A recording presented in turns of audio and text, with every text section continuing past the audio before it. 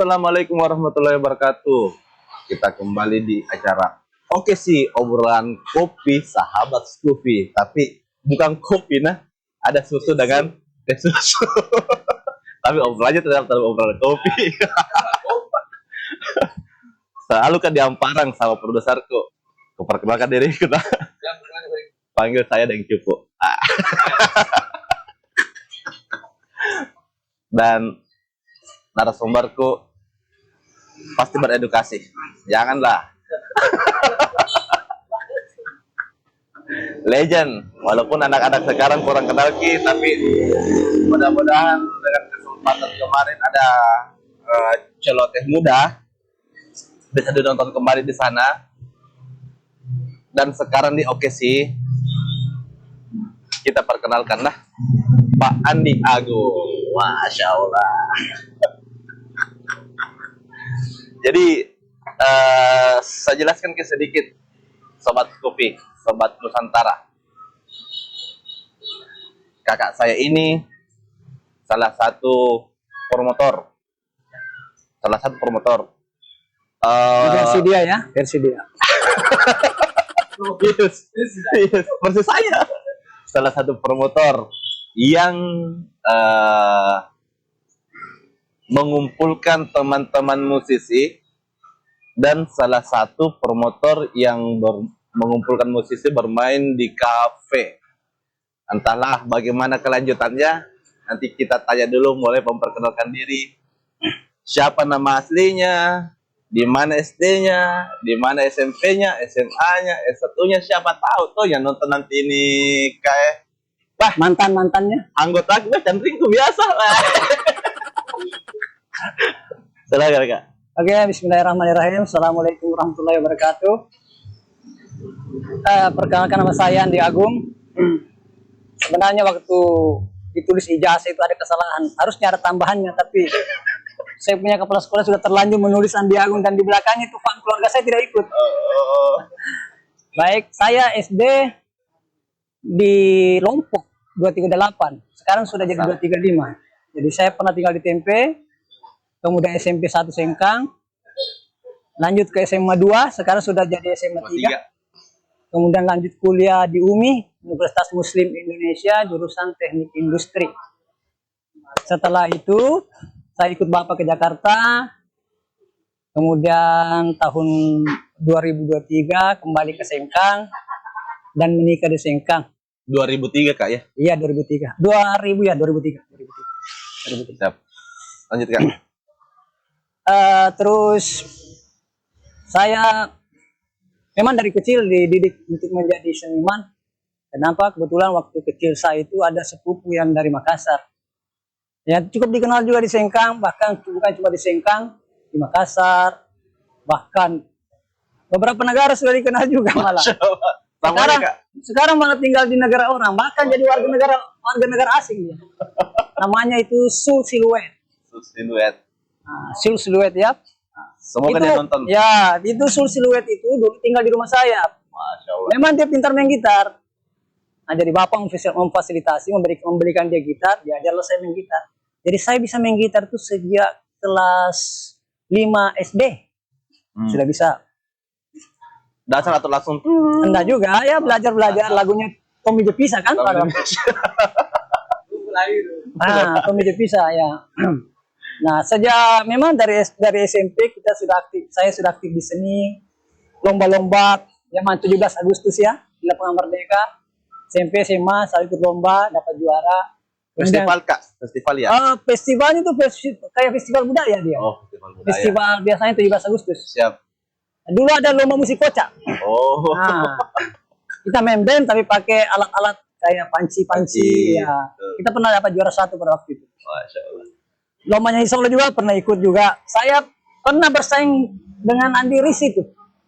Andi Riz Chandriyadi itu yang sering nongkrong sekarang di kafenya Mas Abul itu. Itu teman main saya dulu. Saingan saya dulu itu. Pandi. Ya. Salam buat beliau. Saya kira itu saja sekilas tentang pribadi saya. Itulah. Terima kasih. Siap.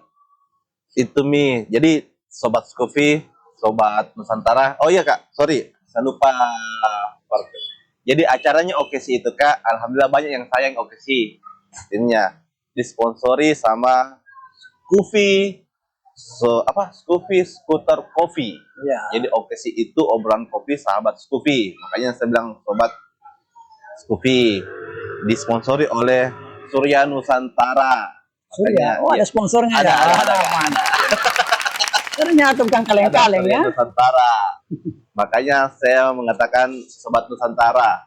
Pernah bilang Kak, mau Kak singkat ini sobat Scoofy sama sobat Nusantara bilang teman-teman guys tuh, tapi diamparan Kak sama anu. Ya. Kita tutup jadi bilang Kak. Oke, enggak apa-apa, enggak ada masalah. Ada unfit makeup. Unfit makeup. Dan terakhir kita berada di Pak Dupa. Ya. Pak Dupa. Taman pertamanya Kota Wajo, bisa bilang begitu Kak. Ya. Taman Pernah Purbakala. Pernah juga jadi legend dulu ya. Legend sekali. Sebelum corona. Jauh sebelum corona. Ya. Jadi kita di sini kalau mau malam minggu itu mau cuci-cuci mata. Luar biasa dulu di sini. Ada semua di sini. Scooby juga dulu di sini ya. Scooby juga di sini ya. Scooby dulu di sini. Scooby di sini. Asik sekali nongkrong waktu itu. Nah, kembali lagi. Sudah kenal Pandi, jadi teman-teman yang memang Gen Z yang memulai karirnya di dunia permusikan, tidak kayak kita kemarin yang memulai permusikan itu di festivalan. Nah, dia salah satu orang yang saya ulang lagi, promotor yang mengumpulkan teman-teman untuk berhijrah. Ayolah, kompetisi sudah selesai, kita gotong royong. Nanti kita jelas ya. Dan dimanapun, siapapun nanti teman-teman kecil, teman-teman yang muda, teman-teman yang Gen Z, ketemu sama beliau, Bapak Pemersatu. Kita ini gen apa nih? Kita ini diantara Gen Z sama Dragon Ball Z.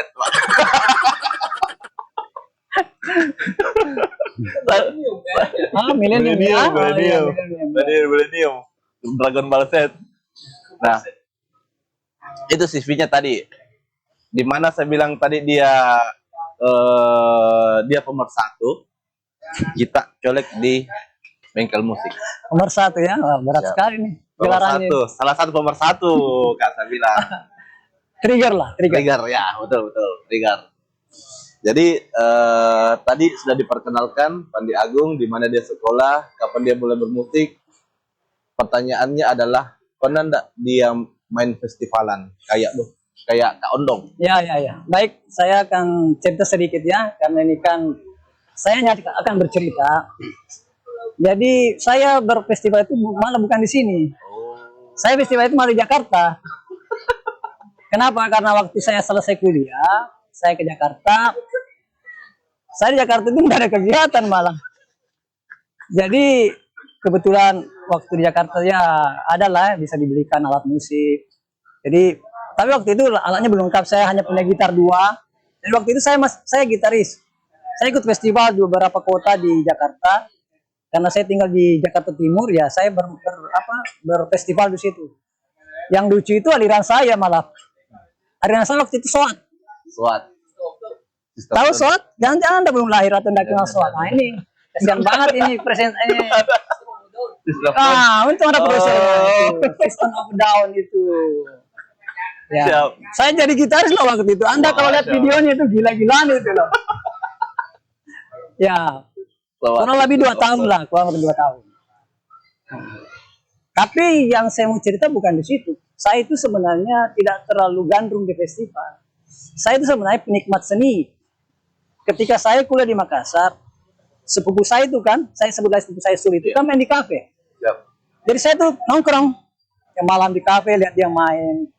Nah itulah yang nantinya akan membuka wawasan saya ketika saya kembali ke Sengkang, bahwa ini di Sengkang ada potensi yang bisa kita kembangkan, yang kelihatannya belum digali pada waktu itu. Pada waktu itu kan band festival kan, saya tidak sempat mengikuti perkembangan band festival di Sengkang ya. Saya cuma dengar cerita. Tapi eranya pada waktu itu belum ada band yang main di kafe. Nah, maka pada waktu itulah, karena kita bisa langsung loncat ke materi bengkel musik ya. Silakan. Atau mau dibuka dulu? Silakan, Kak. Jadi itulah cikal bakal adanya bengkel musik. Jadi dulu itu kan, itulah kata orang, masalah itu kadang memberikan kita beberapa hikmah ya. Jadi waktu itu saya tidak mau cerita aib, tapi itulah kehidupan. Yeah. Ketika saya kembali ke Sengkang, saya berkeluarga, dalam tanda petik pada waktu itu saya sudah gantung gitar. Karena saya 6 tahun itu tidak pernah lagi bermain musik. Yang bermain musik waktu itu malah adik saya. Ya, dan sempat main dengan beberapa musisi pada waktu itu yang sekarang saya temani bersama adik saya. Makanya itu adik-adik teman-teman adik saya semua itu. Tapi 6 tahun saya berkeluarga, saya ada masalah rumah tangga, saya pisah. Ketika saya pisah, saya tinggal sendiri di Pepabri itu kan. Kemarin. Ketika saya tinggal di Pepabri itu kan ada alat musik yang menganggur itu. Karena waktu saya dari Jakarta, kemudian saya ke Bali. Waktu sepupu saya masih di Bali itu kan ada 2 set alat musik yang disewakan di kafe pada waktu itu. Nah, ketika sepupu saya hijrah pindah ke Australia, maka dijual 1. Saya ambil 1. Tapi pada waktu itu saya belum gunakan, hanya saya ambil saja. Tinggallah dia berdebu di rumah. 1 set itu. Ya, 1 set. Ya, 1 set. Bahkan termasuk sistem lengkap, termasuk yang jarang sekali kita lihat sekarang itu alat-alat dalam ya. Yeah. Itu lengkap semua itu, sama ampli bass, ampli itu lengkap itu. Itu yang jarang kita lihat sekarang kalau orang ngeband itu. Itulah yang buat kita kesulitan kalau bermain musik sekarang. Tidak ada alat belakang. Alat belakang di. Itu yang sekarang membuat kita agak kepayahan ya kalau sekarang. Ada masalah, saya tinggal sendiri, teman-teman datang, saya main-main band di depan rumah tuh. Yeah. Di halaman, karena tidak ada peredam kan. Main band, karena kalau di dalam kan ribut. Itu tiba-tiba ada ibu guru teman kecil saya itu, ibu guru singgah di rumah itu. Bilang, Assalamualaikum. Waalaikumsalam. Gimana? Wah, kita ini ya bikin les. Pokoknya saya nggak bikin les, saya cuma bermain musik. Dia bilang begini, bisa nggak saya minta tolong Pak? Apa itu? Saya punya murid mau dilatih SMP 3, SMP 2 tempe ya. Sekarang SMP 3 ya? Oke. Nah, itu ada teman. Itu dia mau melatih anak muridnya itu sekitar 20 orang itu untuk diajarkan bermusik. Disitulah mulainya kalau Anda ingin bahas bengkel musik, disitulah awalnya bengkel musik tercipta. Saya potong sampai situ aja ya, biar Anda bertanya.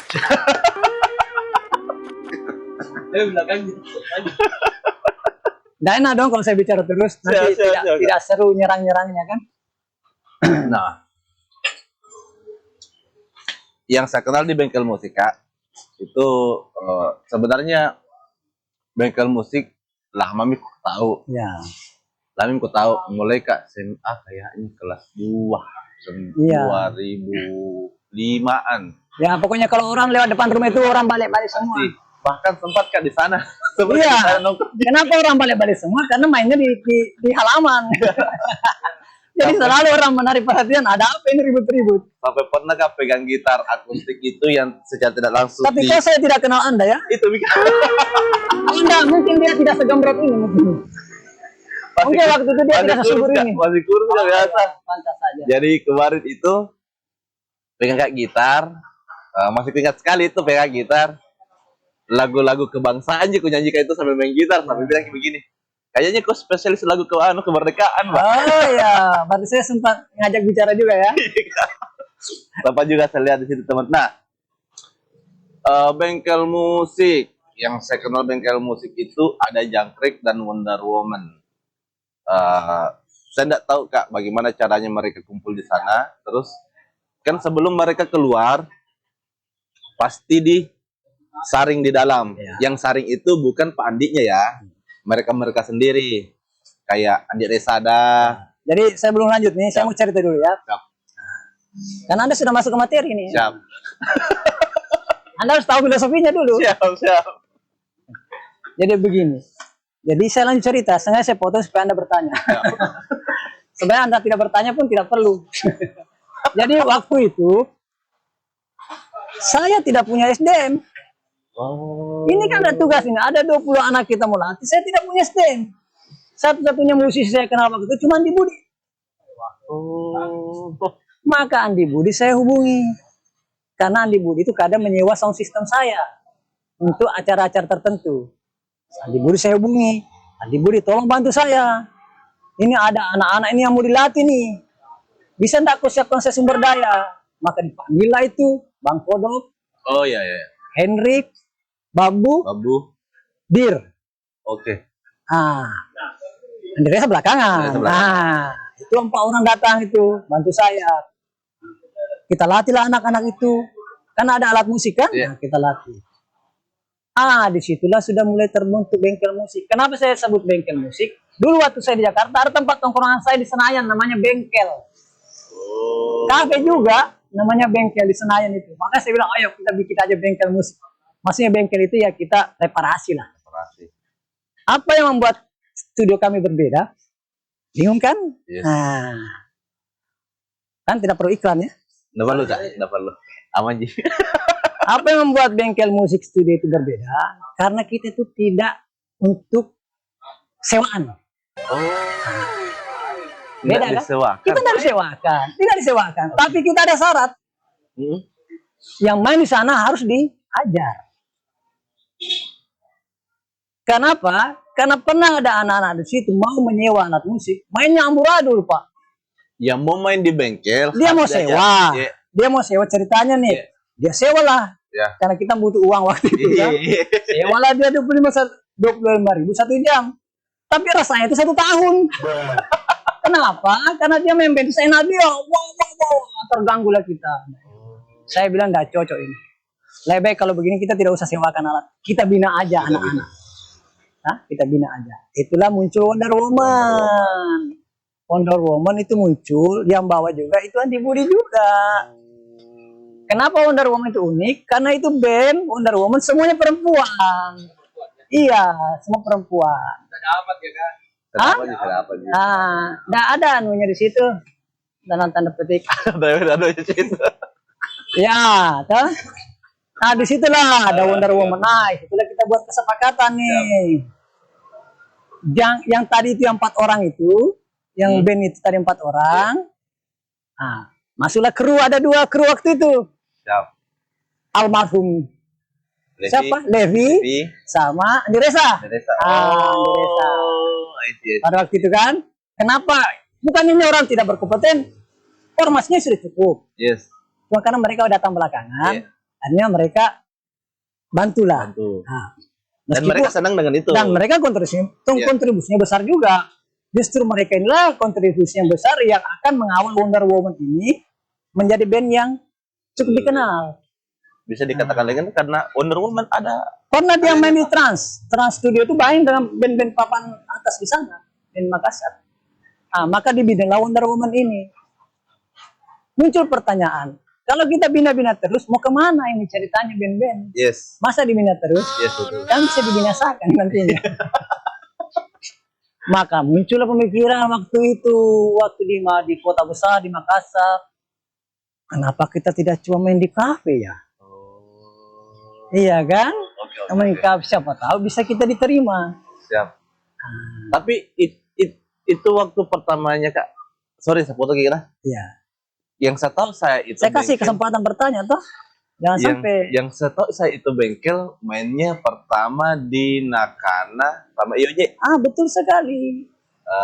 Kedua, yang saya tahu yang pertama home band yang dia bilang ke Ondong itu Tetop. Iya, kan waktu itu kan Tetop bukan. Tebi itu sudah main di warkopnya Kabul waktu di terminal ya. Tapi waktu itu masih akustik. Siap. Yang kita tawarkan ini band. Oke. Bukan akustik loh, band. Dan memang band. Bukan band akustik. Band. Dengan gitar listrik. Full band. Dan ketika kita main waktu itu, alat-alat dalam itu kita bawa semua. Oh. Kita pengen waktu itu seperti itu. Bayangan kita kan seperti di kota besar gitu. Main full band, ya kan. Meskipun pada akhirnya mereka semua, kafe-kafe itu tidak siap sebenarnya. Kenapa tidak siap? Tempatnya kecil, suaranya besar, akhirnya sesuai perjalanan waktu disesuaikan lah dengan kebutuhan. Ya. Itulah, dan menariknya waktu itu kebetulan ada teman kita, saya liatin saya itu namanya Pak Asong ya. Pak Asong. Pak Syafruddin. Ah, ya Pak Asong itu dia waktu itu pengelola anak-anak. Oh, salam kasong. Alam ya. Nah, dia pengelola anak-anak, maka dialah yang memfasilitasi kita untuk main di kafenya. Tapi yang lucu begini, Anda tahu nggak jarak anak-anak dengan bengkel itu? Bengkel di ujung sana, anak-anak di ujung sana. Apa yang terjadi? Ketika kita lupa ambil satu kabel aja, itu bisa jadi masalah besar, Pak. Karena kita harus Ya, bayangkan tuh dari Jalan Lembu ke Pebabra itu coba untuk mengambil satu kabel, bayangkan saja itu. Begitu ribetnya waktu itu dan dibayar makan, alhamdulillah. Kenapa kita lakukan itu? Kita butuh panggung, Pak. yes. Saya teman-teman bermusik, Anda butuh panggung. Anda kalau tidak punya panggung, Anda tidak punya motivasi. Yes. Anda tidak punya jam terbang, Anda sejago-jago Anda sebagai seorang musisi, kalau Anda tidak pernah di panggung, Anda tidak eksis. Seperti Anda tidak saya. teruji. Seperti saya, Pak. Bukan Anda diragukan kemamuan Anda. Eksistensi Eksistensinya. Anda, ya kan? Kemampuan Anda untuk menghibur. Seniman kan begitu, bukan skillnya yang harus Bukan ditonjolkan, sekali ditonjolkan. kemampuannya untuk Menghibur. menghibur orang. Anda bisa bayangkan ketika kita, Yes. Anda bayangkan ketika Anda nongkrong di kafe, ada orang bermain musik dengan full skill, Yes. tapi Anda tidak bisa menikmati. Makanya gak ada konsep. Ada konsep di kafe itu namanya easy listening. Easy listening. Oke. Easy listening itu kita bermain di kafe itu orang duduk ngobrol, Anda bermain ngobrol, mereka tidak terganggu. Beda loh panggung. Saya bertanya sama sepupu saya. Saya tanya dia yang waktu di Bali ya. Iya. Saya mau tanya Sabtu, Anda kalau main di kafe, bagaimana modelnya? Saya bilang begini, Gung. Kalau Anda masuk di kafe, lihat model kursinya. Ini menarik nih, model kursi. Jadi kalau saya masuk di hard rock, Anda lihat model kursinya. Kenapa di hard rock itu musiknya rock? Tidak ada kursi di depan panggung. Oh. Semua di pinggir. Artinya apa? Orang menonton sambil berdiri. Ketika orang menonton sambil berdiri, orang mau loncat-loncat. Oh. Maka jangan bawakan lagu melo. Oke. Anda akan dilempar. Anda harus main energi, ya kan? Ilmu yang berisi. Itulah hard rock. Tapi ketika Anda masuk di kafe-kafe ada kursi, duduk, Anda jangan bawakan lagu-lagu yang meloncat-loncat. Nanti Anda dilempar juga. Orang mau ngobrol-ngobrol sambil dengan musik, Anda main genjreng-genjreng. Itu. Jadi konsepnya beda. Lihat tempatnya, di mana Anda bermain. Ini orang nonton berdiri nih. Pilihan lagunya harus yang ceria. Ini orang nonton duduk. Ini pilihan lagunya harus easy listening. Jangan full skill. Capek lo dengar lagu full skill itu. Saya terus terang, saya aja penonton kalau dengar lagu full skill itu capek, saya cerna itu. Apalagi kalau saya bawakan, capek ngulik. Konsep kita waktu itu adalah easy listening. Easy listening. Bahkan lagu-lagu pop, ya lagu-lagu pop-pop ya, ada band. Yang penting orang bisa senang. Tidak harus seperti kaset loh ya. Betul. Karena bayangkan kalau Anda harus ngulik 100 lagu, Anda mau seperti kaset, Anda bisa gempor Anda. Anda harus punya formasi. Yang penting musik itu nyaman didengar, kompak, dan ada chemistry. Oke. Ini yang penting, chemistry. Kita bicarakan tentang chemistry. Chemistry lagi. Ini Jadi bisa begini, kemana-mana nih kalau chemistry nih. Jadi begini, Kak. Kita bicara tentang chemistry. Chemistry itu yang satukan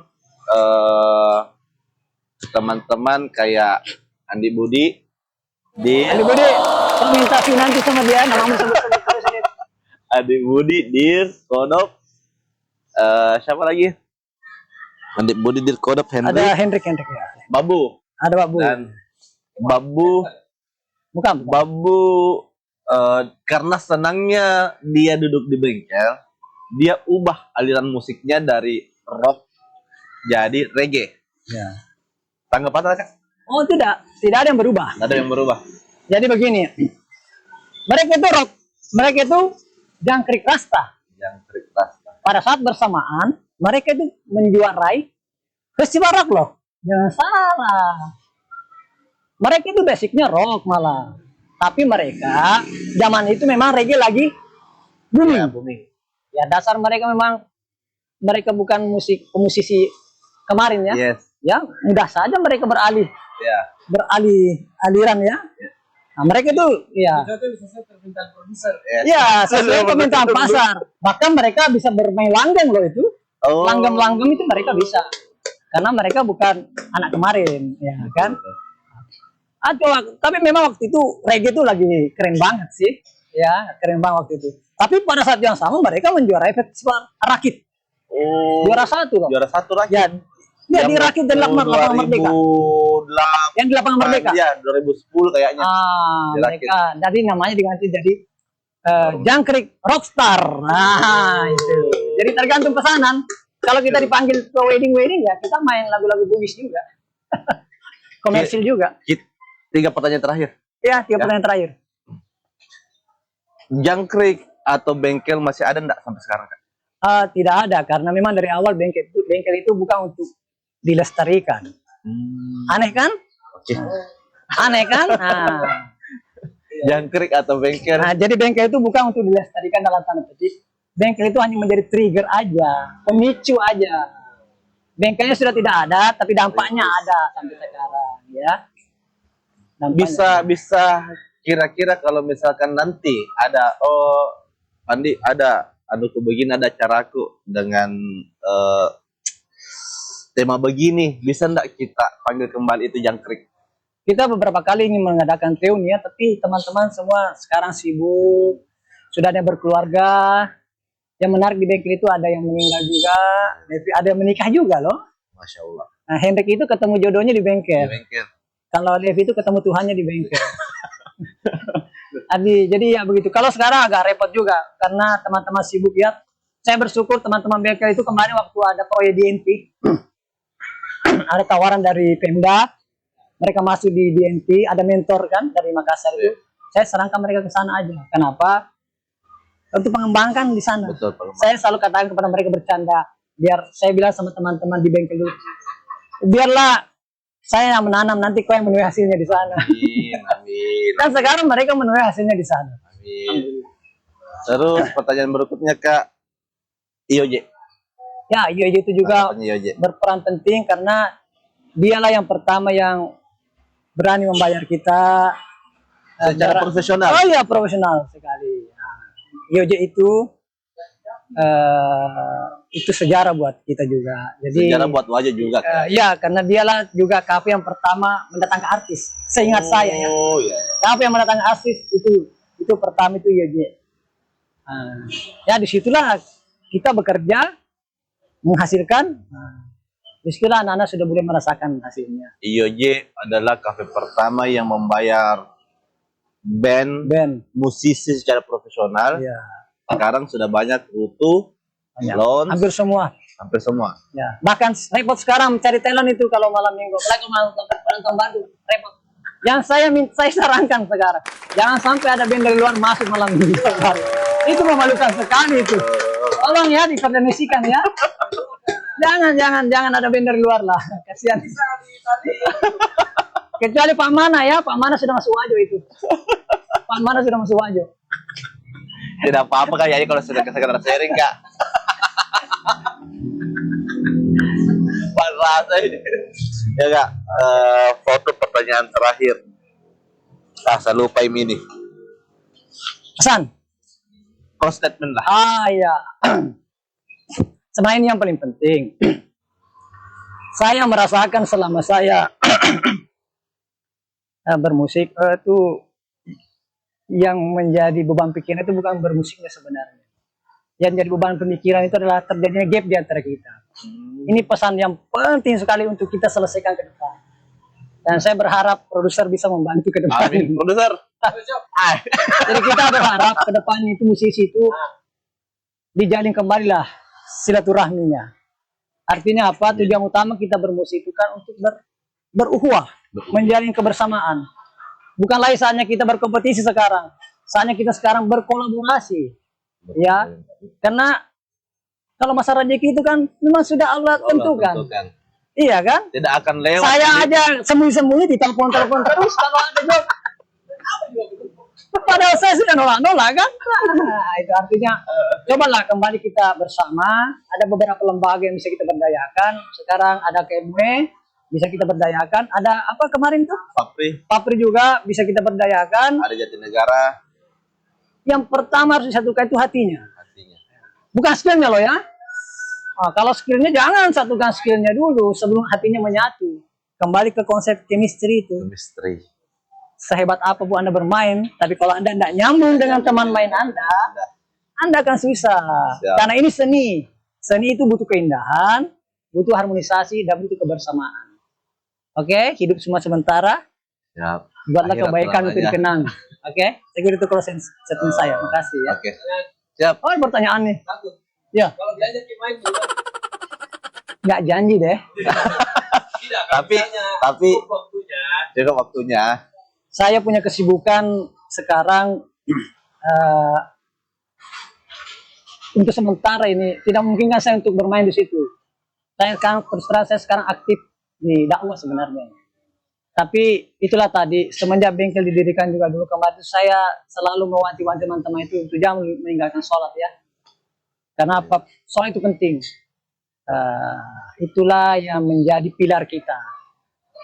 Kan kita punya prinsip hidup ini kan menunggu waktu sholat. Betul. Bermusik menunggu waktu sholat. Oke? Jangan gara-gara Anda bermusik Anda melalaikan sholat. sholat. Kalau Anda di tempat di lapangan ya cari aja tempat di situ bisa Anda sholat di lapangan. Saya kira tidak ada masalah. Oke, itu yang penting ya buat kita semua. Saya simpulkan close statementnya ya. Jaga sholat 5 waktu. Ya, Assalamualaikum warahmatullahi wabarakatuh. Terima kasih Surya Nusantara, terima kasih Scoopy, terima kasih Unfit Makeup, terima kasih Warung Om Arjuna, terima kasih Pak Andi, terima kasih Bengkel, terima kasih Wonderwati dan Wonderwati, Wonder Woman dan Jangkrik. Terima kasih semua musisi Wajo. Kita akan bertemu kembali insya Allah secepatnya di bintang tamu yang berbeda yang pasti mengedukasi seperti Pak Andi Agung. Terima kasih Pak Andi Agung. terima kasih banyak atas Assalamualaikum. waktunya ya. Assalamualaikum warahmatullahi wabarakatuh. Alhamdulillah. Pasti, masya Allah, masya Allah.